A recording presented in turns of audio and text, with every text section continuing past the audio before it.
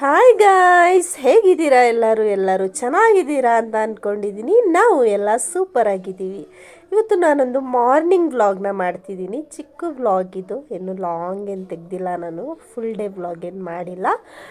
Morning ಈಗ ನಾನು first ಬ್ರೇಕ್ಫಾಸ್ಟಿಗೆ ನಾನು ಇದು ಓಡ್ ದೋಸೆ ಅಂತಾರೆ, ಅದು ನನಗೆ ತುಂಬ ಇಷ್ಟ. ನನಗೂ ಅಷ್ಟೇ, ಮಕ್ಕಳಿಗೂ ಅಷ್ಟೇ ತುಂಬ ಇಷ್ಟ ಆಗುತ್ತೆ. ನಮ್ಮ ಮನೆಯವರಿಗೆ ಸ್ವಲ್ಪ ತಿಂತಾರೆ, ಆದರೆ ಇಷ್ಟ ಆಗಲ್ಲ ಅವರಿಗೆ.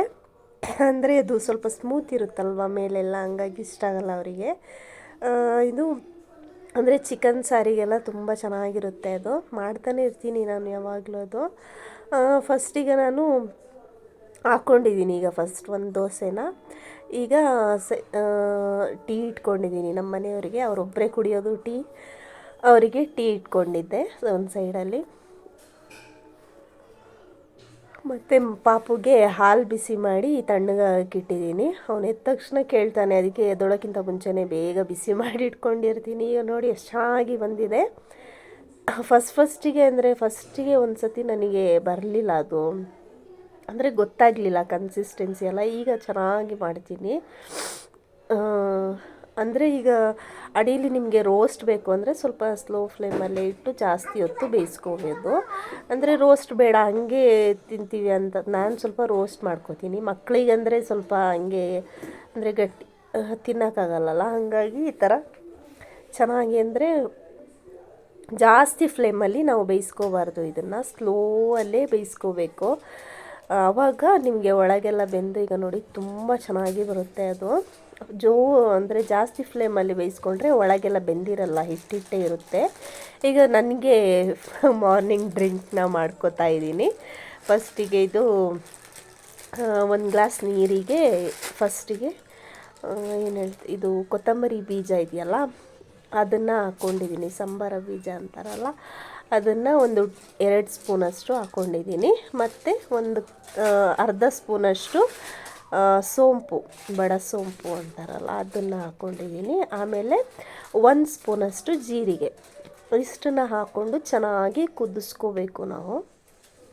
ಅಂದರೆ ಯಾವಾಗಲೂ ಅಂದರೆ ಕಂಟಿನ್ಯೂ ಒಂದು ವೀಕ್ ಕುಡಿತೀನಿ, ಆಮೇಲೆ ನೆನಪೇ ಆಗಲ್ಲ, ಅದು ಗಡಿ ಬಿಡಿಲಿ ಮರ್ತು ಬಿಡ್ತೀನಿ. ನಾನು ಟೀ ಕಾಫಿ ಏನು ಅಷ್ಟು ಕುಡಿಯಲ್ಲ, ಇಷ್ಟಪಡಲ್ಲ ನಾನು. ಅಂದರೆ ಅಮ್ಮನ ಮನೆಗೆ ಏನಾದರೂ ಹೋದರೆ ಮಾತ್ರ ಸ್ವಲ್ಪ ಟೀ ಕುಡಿತೀನಿ ಅಷ್ಟೇ. ಇದನ್ನು ಅಂದರೆ ಒಂದು ಗ್ಲಾಸಿಗೆ ನಿಂಬೆ ಹುಳಿನ ಹಾಕ್ಕೊಂಡು ಅದಕ್ಕೆ ಅದನ್ನು ಅಂದರೆ ಟ್ರಾನ್ಸ್ಫರ್ ಮಾಡ್ಕೊಂಡಿರ್ತೀವಲ್ವ ಇದು, ಅದನ್ನು ಅದಕ್ಕೆ ಹಾಕ್ಕೋಬೇಕು. ಹಾಕ್ಕೊಂಡು ಅಂದರೆ ಸ್ವಲ್ಪ ಬಿಸಿ ಇರೋತ್ತಿಗೆ ಕುಡಿಬೇಕು. ನಾನು ಸ್ವಲ್ಪ ಫುಲ್ ತಣ್ಣಗೆ ಮಾಡ್ಕೊಂಡು ಕುಡಿತೀನಿ, ಅಂದರೆ ಅದು ಕುಡಿಯೋಕ್ಕಾಗಲ್ಲಲ್ಲ, ಹಾಗಾಗಿ ಕುಡ್ಕೋಬೋದು ಅಂತ ಹಂಗೆ ಮಾಡ್ಕೋತೀನಿ. ಈಗ ಮಕ್ಕಳಿಗೆ ಲಂಚ್ ಹಾಕ್ತಾಯಿದ್ದೀನಿ. ಫಸ್ಟ್ ಸ್ನ್ಯಾಕ್ಸಿಗೆ ಕ್ಯಾರೆಟ್ ಮತ್ತು ಕುಕುಂಬರ್ ಇತ್ತು, ಅದೇ ಸಾಕು ಅಂತ ಹೇಳಿದ್ರು ಮಕ್ಕಳು. ಹಂಗಾಗಿ ಅದನ್ನೇ ಅವನಿಗೆ ತುಂಬ ಇಷ್ಟ, ಮಗನಿಗೆ. ಅವಳು ತಿಂತಾಳೆ ಪರವಾಗಿಲ್ಲ, ಅಂದರೆ ಅವಳಿಗೆ ಕ್ಯಾರೆಟ್ ಇಷ್ಟ, ಕುಕುಂಬರ್ ಅಷ್ಟು ಇಷ್ಟಪಡಲ್ಲ, ಹಂಗಾಗಿ ಸ್ವಲ್ಪ ಕಮ್ಮಿ ಹಾಕಿದ್ದೀನಿ ಕುಕುಂಬರು. ಈಗ ಹಾಕಿದ್ದೀನಿ. ಅಂದರೆ ಅದು ಒಂದೊಂದು ಸತಿ ತಿಂದೇ ಬರೋಲ್ಲ, ಹಂಗೆ ತೊಗೊಬಂದಿರ್ತಾರೆ. ಈಗ ಇವನಿಗೆ 1.5 ದೋಸೆ ಹಾಕಿದ್ದೀನಿ, ಆದರೆ ಅದನ್ನೇ ಹಂಗೆ ತೊಗೊಬರ್ತಾನೆ ಅವನು. ಒಂದೊಂದು ಸತಿ ಹಾಫೇ ತಿನ್ನೋದು. ಎಷ್ಟು ಕಮ್ಮಿ ಹಾಕಿದ್ರೂ ಸ್ವಲ್ಪ ಕಮ್ಮಿನೇ ಹಾಕ್ತೀನಿ ಒಂದೊಂದು ಸತಿ, ಆದರೂ ಬಿಟ್ಟು ಬರ್ತಾನೆ, ತಿನ್ನೋದೇ ಇಲ್ಲ ಅವನು. ಎಷ್ಟು ಹೇಳಿದ್ರೂ ಕೇಳಲ್ಲ. ಸಂಜೆ ಬಂದೂ ಅಷ್ಟೇ, ಏನೂ ತಿನ್ನಲ್ಲ, ಏನಾದರೂ ಸ್ನ್ಯಾಕ್ಸ್ ತಿನ್ಕೋತಾರೆ, ಸುಮ್ಮನೆ ಹಾಕ್ತಾರೆ. ಈಗ ಲಂಚ್ ಚಿಕನ್ ಸಾಂಬಾರಿತ್ತು, ನೈಟ್ ಮಾಡಿದ್ದು, ಹಾಗಾಗಿ ಅದಕ್ಕೆ ಆ ದೋಸೆ ತುಂಬ ಚೆನ್ನಾಗಿ ಕಾಂಬಿನೇಷನ್ ಆಗುತ್ತೆ. ಅಂದರೆ ಚಿಕನ್ ಸಾರು ಏನಾದರೂ ಮಾಡಿದ್ರೆ ಅದೇ ದೋಸೆ ಮಾಡೋದು ನಾನು. ಈಗ ವಾಟರ್ ಬಾಟಲೆಲ್ಲ ಫಿಲ್ ಮಾಡಿ ಇಟ್ಟಿದ್ದೆ. ಈಗ ಲಂಚ್ನ ಪ್ಯಾಕ್ ಮಾಡ್ತಾಯಿದ್ದೀನಿ. ಈಗ ನೋಡಿ, ಇವನು ಮಸೀದಿಯಿಂದ ಬಂದ ತಕ್ಷಣ ರೆಡಿ ಮಾಡಿ ಇಟ್ಟಿರ್ತೀನಿ ನಾನು, ಅವನಿಗೆ ಕೊಟ್ಬಿಡ್ತೀನಿ ಫಸ್ಟು. ಕೊಟ್ಟು ಒಂದು 1/2 ಅವರ್ ಆದರೂ ಬೇಕು ಅವನಿಗೆ ತಿನ್ನೋಕ್ಕೆ. ಲಾಸ್ಟಿಗೆ ನಾನೇ ತಿನ್ನಿಸ್ಬಿಡ್ತೀನಿ ಆ ಕಡೆ, ಅಷ್ಟು ಲೇಟ್ ಅವ್ನು ತಿನ್ನೋಕ್ಕೆ ಕೇಳಲ್ಲ. ಅಂದರೆ ನಾನು ಲಂಚೆಲ್ಲ ಪ್ಯಾಕ್ ಮಾಡೋ ತನಕ ತಿಂತಾನೆ, ಆಮೇಲೆ ನಾನೇ ತಿನ್ನಿಸ್ತೀನಿ. ತಿನ್ನಲ್ಲ, ತುಂಬ ಲೇಟ್ ಹಾಗಾಗಿ ನಾನೇ ತಿನ್ನಿಸ್ಬಿಡ್ತೀನಿ ಆ ಕಡೆ. ಮತ್ತು ಈಗ ನೋಡಿ ಲಂಚ್ ಬ್ಯಾಗೆಲ್ಲ ಪ್ಯಾಕ್ ಮಾಡಿದ್ದೀನಿ, ಮಕ್ಕಳನ್ನು ರೆಡಿ ಮಾಡಿ ಬಿಟ್ಟಿದ್ದೀನಿ.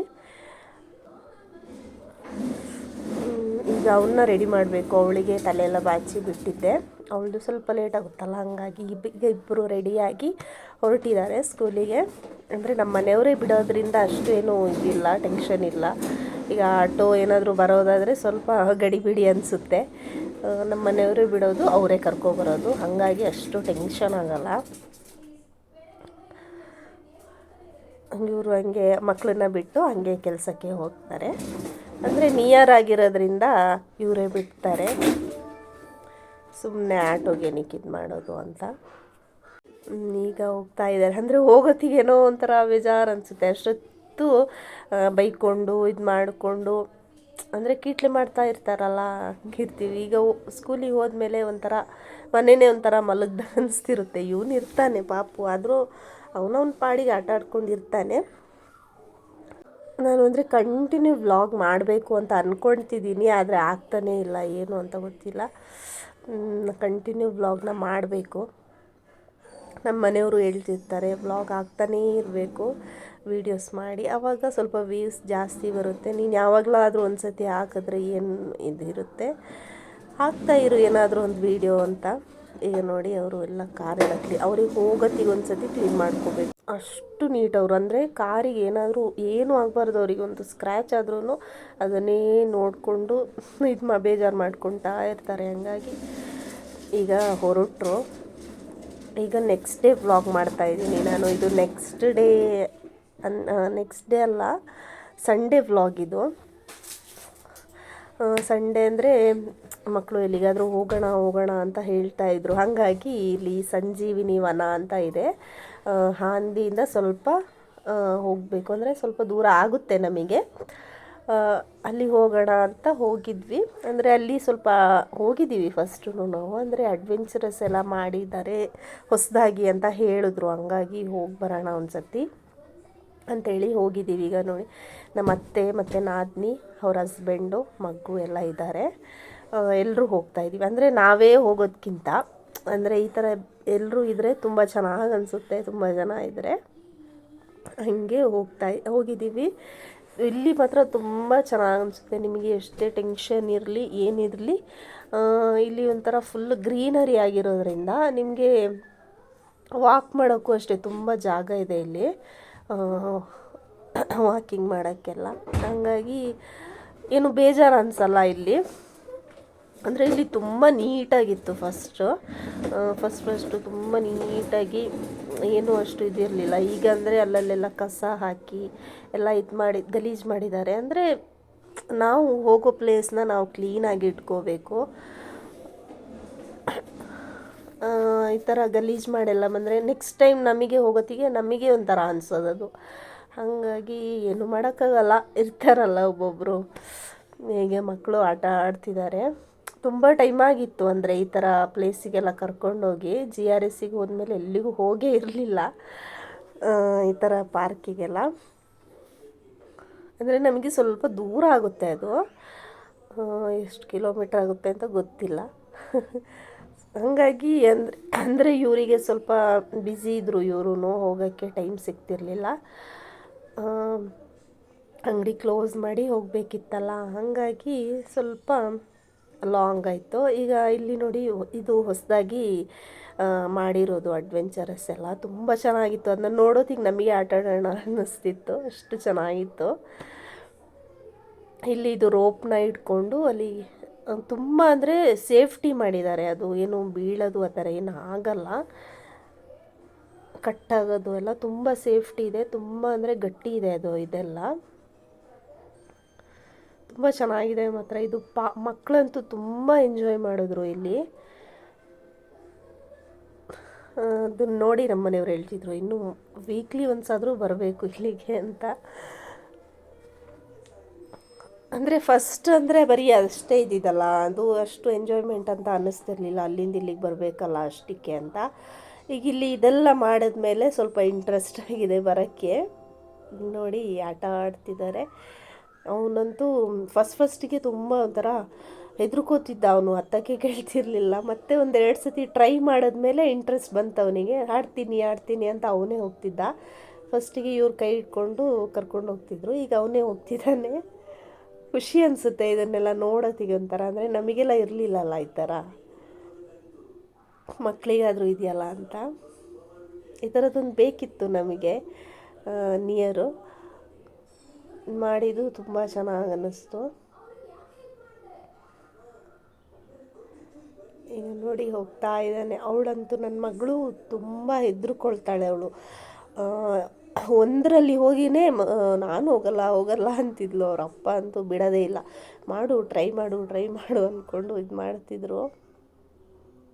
ಮತ್ತು ಒಂದೇನ ಟ್ರೈ ಮಾಡಿದ್ಲು, ಇದು ಅನಿಸುತ್ತೆ, ಇದನ್ನು ಟ್ರೈ ಮಾಡಿದ್ಲು. ಮತ್ತು ಯಾವುದೂ ಹೋಗಿಲ್ಲ ಅವಳು. ಬರೀ ಹೆದರ್ಕೋತಾಳೆ ಅವಳು. ಇವನು ಫಸ್ಟ್ ಹೆದ್ರದ, ಮತ್ತು ಕರೆಕ್ಟ್ ಅದ, ಸ್ಟಡಿ ಅದ. ಮತ್ತು ಪಾಪುನು ಟ್ರೈ ಮಾಡ್ತಿದ್ದಾನೆ. ಅವರು ಹೋಗ್ತಾರಲ್ಲ, ಅವನು ಅಂದರೆ ಫಸ್ಟ್ ಹೋಗಿದ್ದೆ ಅವನು, ನಾನು ಹೋಗ್ತೀನಿ ಅಂತ. ಒಂದೆರಡು ಸತಿ ಹೋದ್ಮೇಲೆ ಮತ್ತೆ ಹೋಗ್ತೀನಿ ಅಂತ ಹೇಳಿ ಹೋಗ್ತಾ ಇದ್ದ. ಇದು 2 ಟ್ರೈ ಮಾಡ್ದ, 3rd ಒನ್ ಆಗಲಿಲ್ಲ, ಅಲ್ಲೇ ನಿಂತ್ಕೊಂಡ್ಬಿಟ್ಟ. ಓಕೆ ಫ್ರೆಂಡ್ಸ್, ಈ ವ್ಲಾಗ್ ನಿಮಗೆ ಸ್ವಲ್ಪನಾದರೂ ಇಷ್ಟ ಆಗಿದರೆ ಪ್ಲೀಸ್ ಲೈಕ್ ಮಾಡಿ, ಶೇರ್ ಮಾಡಿ, ಸಬ್ಸ್ಕ್ರೈಬ್ ಮಾಡಿ.